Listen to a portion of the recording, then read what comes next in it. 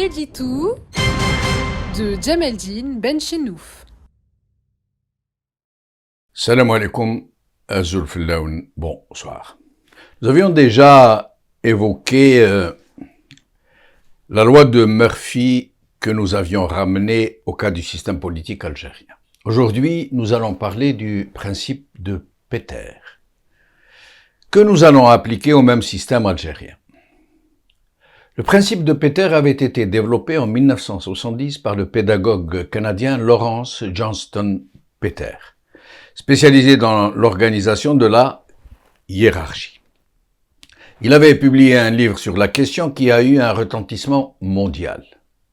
Il y parle, il y développe une thèse qui allait porter son nom désormais et qui, elle aussi, à l'instar de la thèse de Murphy, allait devenir une loi empirique, qui sera, elle aussi, étendue à tous les domaines. Le principe de Peter, ou syndrome de la promotion focus, repose sur l'énoncé suivant. Je cite. Dans une hiérarchie, tout employé a tendance à s'élever à son niveau d'incompétence. Fin de citation. Je vais donner un exemple. Imaginez que dans un grand atelier de mécanique, Hamida est un mécanicien très compétent. Il s'est fait remarquer et il est demandé par tous les clients. Il se trouve aussi que le poste de chef d'atelier est vacant depuis que son titulaire a été licencié. La logique d'une bonne gestion voudrait que l'on garde Hamida le bon mécanicien à son poste et qu'on lui accorde une substantielle augmentation de salaire pour le gratifier, pour l'encourager à persévérer et que, d'un autre côté, que l'on recrute un bon chef d'atelier sur la base de critères de compétence. Or, que font les gestionnaires? Ils considèrent que Hamida fera un très bon chef d'atelier, puisque c'était un bon chef mécanicien, un bon mécanicien.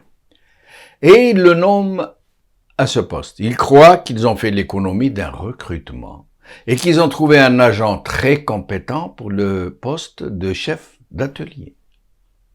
Mais quel est le véritable résultat de cette décision? Hamida était un très bon mécanicien. L'atelier vient de le perdre. L'entreprise vient de le perdre en tant que très bon mécanicien.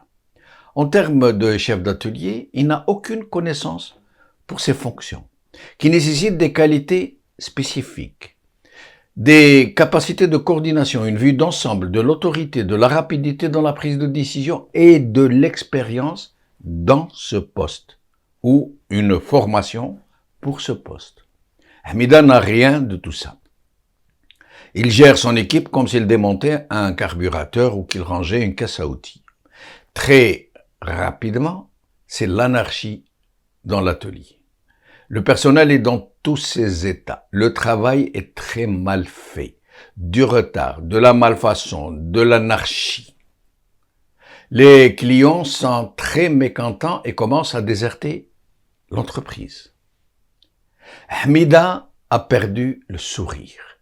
Il n'est plus aussi équilibré ni aussi joyeux quand il était un mécano accompli.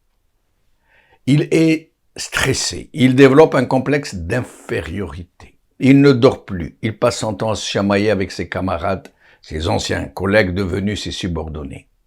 Des scènes de ménage, des scènes conjugales éclatent jusque dans son foyer, chez lui.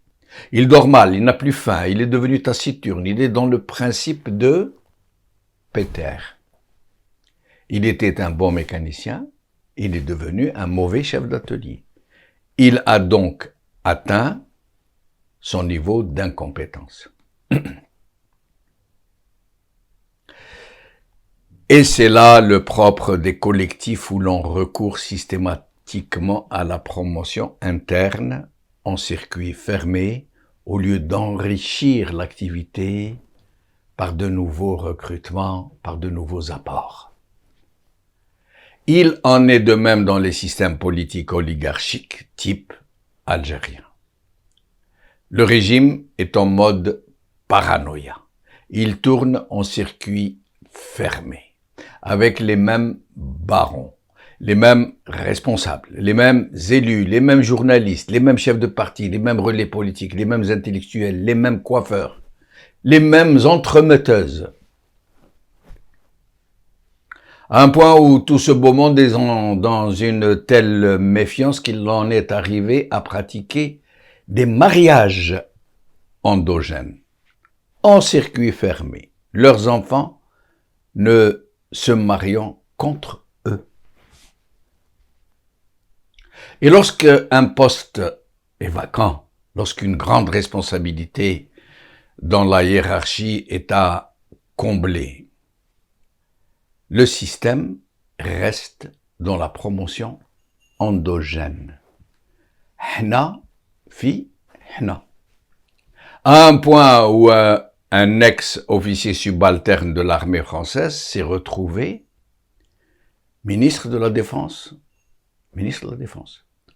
Un autre officier déserteur de l'armée française, officier subalterne, s'est retrouvé chef d'état-major de l'armée algérienne.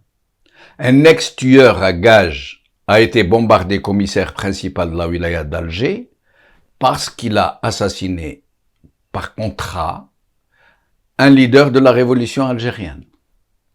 Un apprenti boucher est devenu grand capitaine d'industrie parce qu'il a trouvé le chemin de la niche familiale. Un trabendiste notoire est devenu un député en vue et grand responsable du FLN avant de retrouver le chemin de la prison. Un Drebki est passé chef du parti FLN. Un fonctionnaire moyen devient sous-préfet avant d'être désigné président de la République.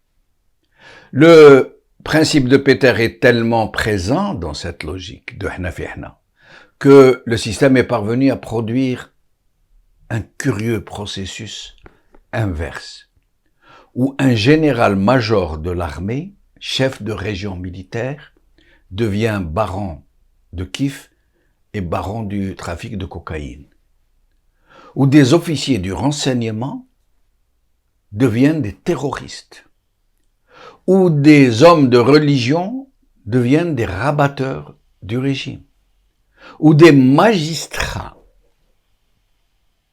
deviennent des relais de la corruption. En fait, en Algérie et dans le régime algérien, le principe de Peter n'est pas seulement confirmé, il s'est même réadapté aux circonstances, dans le négatif bien sûr, dans le négatif toujours. Il est entré dans une gestion très clanique des besoins en ressources humaines, politiques et clientélistes, et il ne puise qu'en autarcie. Et le pire, quand il va chercher en dehors de ses propres cercles, quand il n'a pas le choix, et qu'il ne recrute qu'en fonction de ses propres critères,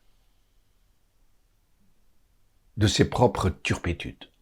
La scélératesse, le machiavélisme, le mensonge, l'absence totale de scrupules.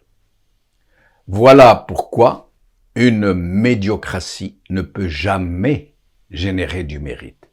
Voilà comment toute cette faune politique a atteint son niveau d'incompétence.